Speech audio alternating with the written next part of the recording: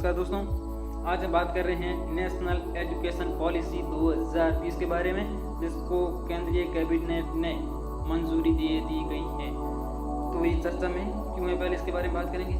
क्योंकि नई शिक्षा नीति का मतलब ये है कि कब तक स्कूलों में पढ़ना है, कब तक हमें ग्रेजुएशन करनी है, कितने साल की ग्रेजुएशन होगी, हम कैसे एडमिशन लेंगे, बोर्ड की परीक्षा कैसे होगी, और इस सब के बारे में हम आज बात करेंगे। तो ये सब नियम तैयार करने वाले जो राष्ट्रीय शिक्षा नीति 2020 है, जिसे केंद्रीय कैबिनेट ने 29 जुलाई 2020 को मंजूरी दे दी गई है। शिक्षा नीति तैयार करने के लिए पूर्व कैबिनेट सचिव TSR सुब्रमण्यम की अध्यक्षता में एक समिति का गठन किया गया था अक्टूबर 2015 में। उसके बाद में 7 मई 2016 को TSR सुब्रमण्यम ने अपनी रिपोर्ट शिक्षा मंत्रालय को सौंप दी गई। उस समिति की जो रिपोर्ट में क्या क्या मुख्य बातें थी वो मैं आपको बता देता हूँ। UGC, AICTE जैसी संस्थाओं की भूमिका बदलने की बात कही गई थी। शिक्षक नियुक्ति बोर्ड बनाया जाए, यानी शिक्षा की कमी के चलते, यानी शिक्षार्थी है उनकी कमी के चलते 10 साल बाद शिक्षण जो लाइसेंस है उसका नवीनीकरण किया जाए। शिक्षकों के परीक्षण के लिए 4 साल का B.Ed कोर्स किया जाए। ऑल इंडिया एजुकेशन सर्विस बनाने का सुझाव दिया गया। परीक्षाओं में नंबर की जगह ग्रेड दिया जाए। 10वीं कक्षा में गणित के विज्ञान के अलग स्तर के पाठ्यक्रम का विकल्प होना चाहिए। ऑनलाइन ऑन डिमांड बोर्ड इम्तिहानों वार्षिक परीक्षा समाप्त करने की राय भी दी गई थी। यानी और ये चर्चा में क्यों है, तो 1986 के बाद लगभग 34 साल बाद नई शिक्षा नीति में बदलाव आया है। 1968 से 1968 यानी दूसरी और जो तीसरी शिक्षा नीति है वो 2020 में आई है। इसरो के प्रमुख रहे डॉक्टर के रंगन की अध्यक्षता वाली समिति ने जो नई शिक्षा नीति है इसको तैयार किया, इसके प्रारूप को तैयार किया है। अब मानव संसाधन विकास मंत्रालय का नाम भी क्या कर दिया है, परिवर्तन कर दिया गया है। इसकी पृष्ठभूमि क्या है शिक्षा नीति 2020 की। नई शिक्षा नीति का प्रारूप तैयार करने हेतु पूर्व कैबिनेट सचिव TSR सुब्रमण्यम ने अक्टूबर 2015 में समिति का गठित की गई थी, जो 7 मई 2016 को रिपोर्ट सौंपी। इस कमेटी की रिपोर्ट के आधार पर शिक्षा मंत्रालय नई शिक्षा नीति लागू करता है, पर लेकिन लागू नहीं हो पाई। जून 2017 में इसरो के वैज्ञानिक के कस्तूरी रंगन की अध्यक्षता में नई शिक्षा नीति के लिए कमेटी गठित की गई। नई शिक्षा नीति का प्रारूप तैयार करने के लिए 31 मई 2019 को समिति ने सुझाव दिए, यानी 31 मई 2019 को के कस्तूरी रंगन की अध्यक्षता में गठित की गई समिति ने अपने सुझाव दिए। शिक्षा मंत्रालय ने जनता विशेषज्ञों से सुझाव मांगे और 2 माह का समय दिया गया। और उसके बाद में है तो बहुत सारे सुझाव जनता और विशेषज्ञों के द्वारा शिक्षा मंत्रालय को दिए गए। फिर 29 जुलाई 2020 को नई शिक्षा नीति 2020 की घोषणा की जाती है शिक्षा मंत्रालय के द्वारा। और जो मानव संसाधन विकास मंत्रालय है उसके नाम की भी परिवर्तन को मंजूरी दे दी गई। अब बात करते हैं थोड़ी सी मानव संसाधन विकास मंत्रालय क्या है और इसके नाम में परिवर्तन क्यों किया गया है और पहले इसका नाम क्या था। तो मानव संसाधन विकास मंत्रालय का जो प्रस्ताव है उसको भी मंजूरी दी गई है। वर्तमान में नाम शिक्षा मंत्रालय कर दिया गया है। वर्तमान में जो नाम है वो है शिक्षा मंत्रालय। और इससे पहले 1947 से 1985 तक शिक्षा मंत्रालय नाम था। उसके बाद में 1985 से 2020 तक इसका जो नाम है मानव संसाधन मंत्रालय कर दिया गया। वर्तमान में वापस में शिक्षा मंत्रालय कर दिया गया है। प्रथम शिक्षा मंत्री मौलाना अबुल कलाम थे। वर्तमान में शिक्षा मंत्री श्री रमेश पोखरियाल है और 11 नवंबर को शिक्षा दिवस के रूप में मनाया जाता है। अब बात करते हैं कि शिक्षा नीति में बदलाव की जरूरत क्यों। अब बात करते हैं शिक्षा नीति में बदलाव की जरूरत क्यों पड़ी। बदलते समय के साथ समय की ज़रूरत को पूरा करने के लिए नए आइडिया, इनोवेशन, रिसर्च, नवाचार को बढ़ावा देना, देश में नवाचार और वैज्ञानिक सोच व तार्किकता के आधार पर निर्णय लेने की क्षमता का विकास करना। वर्तमान में जो शिक्षा नीति चल रही थी, जो वर्तमान समय की देखते हुए अपने लक्ष्य तक नहीं पहुंच पा रही थी, जिस तरह टेक्नोलॉजी का विकास हो रहा था, और वर्तमान शिक्षा नीति में टेक्नोलॉजी को अधिक महत्व देने के लिए जो नई शिक्षा नीति है उसकी ज़रूरत पड़ी थी।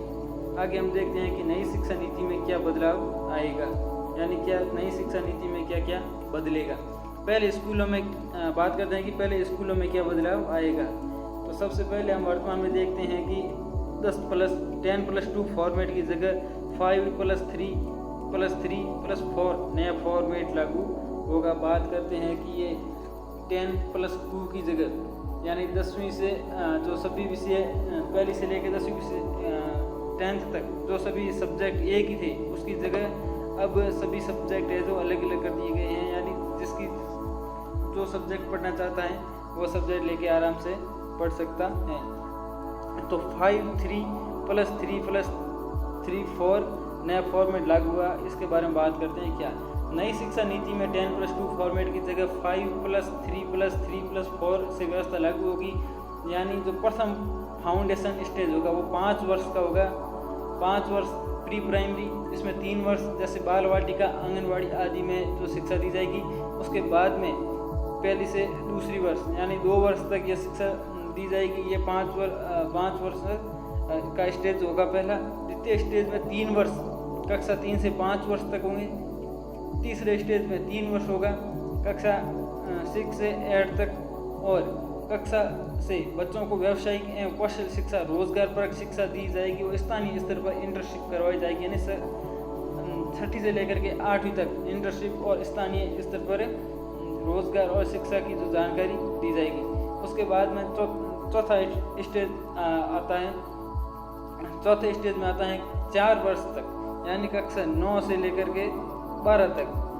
कक्षा 9वीं से विषय चयन की आज़ादी होगी। छात्र गणित, विज्ञान के साथ fashion designing, polity, history, geography, economy कोई भी विषय का चयन कर सकता है। यानी जिसको जो पसंद है वो सब्जेक्ट का चयन कर सकता है और जो अपनी शिक्षा को आगे बढ़ा सकता है। कक्षा 5 तक और संभव हो सके तो 8वीं तक शिक्षा है जो मातृभाषा में या जो स्थानीय जो भाषा है या क्षेत्रीय जो भाषा है उसमें अध्ययन किया जा सकता है।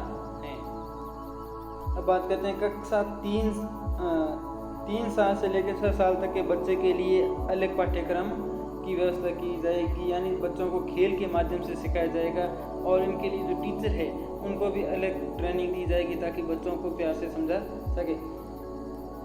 6 साल से 9 साल के बच्चे तक यानी कक्षा 1 से 3 तक के बच्चों को लिखना व पढ़ना आ जाना चाहिए। इस पर अधिक बल दिया जाएगा। इसके लिए नेशनल मिशन शुरू किया जाएगा। स्कूल छोड़ चुके बच्चों को फिर से मुख्य धारा में लाने, स्कूल जो छोड़ चुके बच्चे हैं उनको फिर से मुख्य धारा में लाया जाएगा। इसके लिए स्कूल का आधारभूत विकास किया जाएगा। साल में 2 बार बोर्ड की परीक्षा कराई जाएगी और दोनों टाइप से परीक्षा होगी, ऑब्जेक्टिव और सब्जेक्टिव टाइप। और परीक्षा में राहत दी जाएगी। यानी जो परीक्षा का जो स्तर है उसको कठिन की जगह आसान किया जाएगा।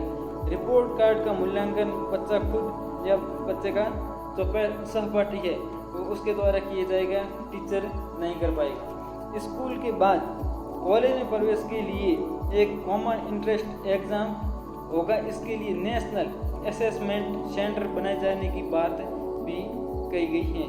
NCERT की सलाह पर NCTE टीचर्स ट्रेनिंग के लिए एक नया सिलेबस NCFTE 2021 तैयार करेगा। 2030 तक शिक्षण कार्य करने के लिए कम से कम योग्यता 4 वर्षीय इंटीग्रेटेड BEd की डिग्री की जाएगी। शिक्षकों को प्रभावी व पारदर्शी प्रक्रिया के जरिए चयन किया जाएगा। प्रमोशन पदोन्नति योग्यता के आधार पर होगी और इसके लिए राष्ट्रीय अध्यापक शिक्षा परिषद द्वारा शिक्षकों के लिए राष्ट्रीय प्रोफेशनल मानक NPST 2022 तक विकसित किया जाएगा। इस नीति के जरिए 2030 तक 100% युवा व प्रौढ़ साक्षरता के लक्ष्य को प्राप्त करना है। अब देखते हैं कि उच्च शिक्षा में क्या बदलाव आएगा। पहला है मल्टी एंट्री एंड एग्जिट होगा। अब बात करते हैं कि क्या है मल्टी एंट्री एंड एग्जिट होगा। तो इसके बारे में यानी मान लीजिए आपने किसी कॉलेज से एडमिशन लिया है और आज 1 या 2 सेमेस्टर के बाद आपका मन बदल गया हो, यानी आप किसी अन्य विषय में ग्रेजुएशन करना चाहते हैं या कॉलेज की पढ़ाई करना चाहते हैं तो और आप किसी भी अन्य विषय का चयन करना चाहते हैं तो 1 साल के आधार पर सर्टिफिकेट मिलेगा, 2 साल के आधार पर आपको डिप्लोमा मिलेगा और कोर्स पूरा करने के बाद आपको डिग्री मिल जाएगी। अगर आप और कहीं एडमिशन लेने पर ये रिकॉर्ड आपके अगले कोर्स में जोड़ दिया जाएगा। अगर आप कहीं अगले विषय में या अगले साल में अगर कोई अलग विषय लेकर की और कॉलेज करना चाहते हैं तो भी ये जो सर्टिफिकेट है वो आपके काम आ सकता है, यानी उसको भी इसके साथ में जोड़ दिया जाएगा। इसे सरकार ने पॉलिसी में क्रेडिट ट्रांसफ़र कहा गया, यानी आपको कोर्स पूरा नहीं किया लेकिन जितना किया उसका क्रेडिट आपको मिल जाएगा। अब बात करते हैं ग्रेजुएशन की, यानी ग्रेजुएशन कैसे होगी कैसे नहीं होगी। वर्तमान में बीए बीएससी के कोर्स 3 साल के होते हैं, यानी वर्तमान में जो बीए और बीएससी के जो कोर्स हैं वो 3 साल के होते हैं। वहीं वर्तमान में नई शिक्षा नीति में 2 तरह के विकल्प होंगे। जो नौकरी के लिए पढ़ रहे हैं उनके लिए 3 साल का ग्रेजुएशन होगा, यानी जो नौकरी सिर्फ और सिर्फ नौकरी करना चाहते हैं उनके लिए 3 साल का ग्रेजुएशन का कोर्स होगा। ग्रेजुएशन करने के बाद वो जो वैकेंसी आती है उसमें अप्लाई कर सकते हैं। रिसर्च में जाना चाहते हैं उनके लिए 4 साल का ग्रेजुएशन, फिर 1 साल का पोस्ट ग्रेजुएशन एमफिल का कोर्स ख़त्म कर दिया जाएगा। अब बात करते हैं मल्टी डिसिप्लिनरी एजुकेशन क्या होगी। मल्टी डिसिप्लिनरी एजुकेशन क्या होगी? कोई भी मनचाहा सब्जेक्ट का चुनाव किया जा सकता है। आर्ट्स के साथ साइंस वाला मामला ख़त्म, यानी जो आर्ट्स के अगर जिस बच्चे ने आर्ट्स सब्जेक्ट का चयन किया था वो साइंस नहीं ले सकता था और जिसने साइंस ली थी वो आर्ट्स ले सकता था। तो इस मामले को पूरा ख़त्म करके अगर कला और म्यूजिक का चयन किया जा सकता है, यानी अगर इनके साथ आप कला और म्यूजिक का भी चयन कर सकते हैं। मेडिकल व लॉ की पढ़ाई के अलावा सभी, यानी मेडिकल लॉ की पढ़ाई के अलावा सभी उच्च शिक्षण संस्थानों के लिए सिंगल रेगुलर बॉडी भारतीय उच्च शिक्षा आयोग HECI का गठन किया जाएगा। देश की सभी यूनिवर्सिटी के लिए शिक्षा मानक एक समान होंगे, यानी देश में जितनी भी यूनिवर्सिटी है, नेशनल यूनिवर्सिटी हो या स्टेट यूनिवर्सिटी हो या डीम्स यूनिवर्सिटी हो, सबका लेवल एक जैसा होगा। यानी राजस्थान में अगर अलग व DU में जो कॉलेज है उनमें अलग पढ़ाए जा रहे हैं, वह प्राइवेट कॉलेज कितनी फीस ले रहे हैं ले सकेंगे, इस पर भी अधिकतम सीमा होगी। विश्व की टॉप लेवल की यूनिवर्सिटी को देश में कैंपस खोलने की अनुमति दी जाएगी, यानी जो भी वर्ल्ड की जितनी भी टॉप लेवल की यूनिवर्सिटी हैं, जो भी भारत के जो बच्चे हैं वो बाहर जाके पढ़ने के लिए जा रहे हैं, उनको भी जो है कैंपस खोलने की अनुमति मिलने के बाद बाहर जाना नहीं पड़ेगा। शिक्षा में टेक्नोलॉजी के सही इस्तेमाल, शैक्षिक योग्यता योजना, प्रशासन और प्रबंधन को कारगर बनाने तथा वंचित समूहों तक शिक्षा को पहुंचाने के लिए एक स्वायत्त निकाय राष्ट्रीय शैक्षणिक प्रौद्योगिकी मंच NETF बनाया जाएगा। अगला है IIT IIM के समकक्ष बहु विषयक शिक्षा एवं अनुसंधान विश्वविद्यालय मेरू की स्थापना की जाएगी। रिसर्च के लिए नेशनल एंड रिसर्च फाउंडेशन बनाया जाएगा जो साइंस और आर्ट्स विषयों को भी रिसर्च फंड देगा। अब बात करते हैं कि मुख्य बातें क्या है ये शिक्षा नीति में। तो शिक्षा नीति तो बहुत ही आदर्श लग रही है, लेकिन सरकारी स्कूलों की क्या हालत है ये हम सब जानते हैं। जैसा कि हम सबको पता है कि वर्तमान समय में शिक्षा की क्या व्यवस्था है और किस तरह के जो गवर्नमेंट जो स्कूल हैं वो हैं, तो उनमें तो बहुत बड़ा बदलाव करना पड़ेगा। कई जगह बिल्डिंग नहीं है तो कई जगह बहुत सारी कमी है, टीचर की कमी हर जगह भी बहुत ज़्यादा कमी है। इसके लिए सरकार 4.3% से लेकर के 6% GDP का खर्च शिक्षा स्तर पर करेगी। यानी तो सरकार ने यह भी कहा है कि GDP का जो वर्तमान में 4.3 या 4 के आसपास जो शिक्षा पर जो खर्च कर रही है, यानी उसको भी सरकार पूरी तरह से जो शिक्षा पर खर्च नहीं कर पा रही है। अब जो GDP का है 6% लक्ष्य रखा गया है कि 6% है वो एजुकेशन पर खर्च करेगी। अभी नई शिक्षा नीति का ड्राफ्ट को मंजूरी मिली है, लागू होना भी बाकी है, तो कितने बातें लागू होगी और इसके लिए अभी कहना थोड़ा मुश्किल है। लेकिन अगर वर्तमान समय को देखते हुए जो शिक्षा नीति में जो बदलाव किए गए हैं वो बहुत ही अच्छा कार्य है। Thank you. अगर दोस्तों आपको हमारा वीडियो पसंद आता है तो आप शेयर, लाइक, कमेंट और चैनल को सब्सक्राइब करना ना भूलें। धन्यवाद।